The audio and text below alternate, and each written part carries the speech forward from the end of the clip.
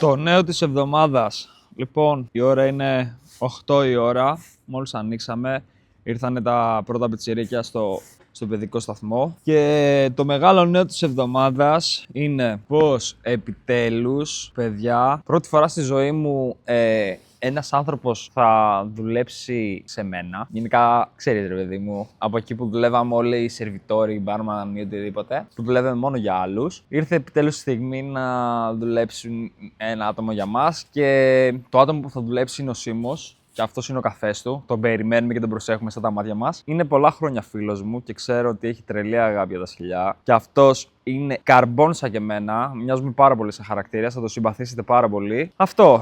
Και θέλω βασικά να δώσω γραμμή στο μαγαζί, ώστε να μπορεί να είναι, ξέρεις τι, ένας μικρός Οδυσσέας στο μαγαζί. Και τώρα περνάει κόσμος και ντρέπομαι. Ναι.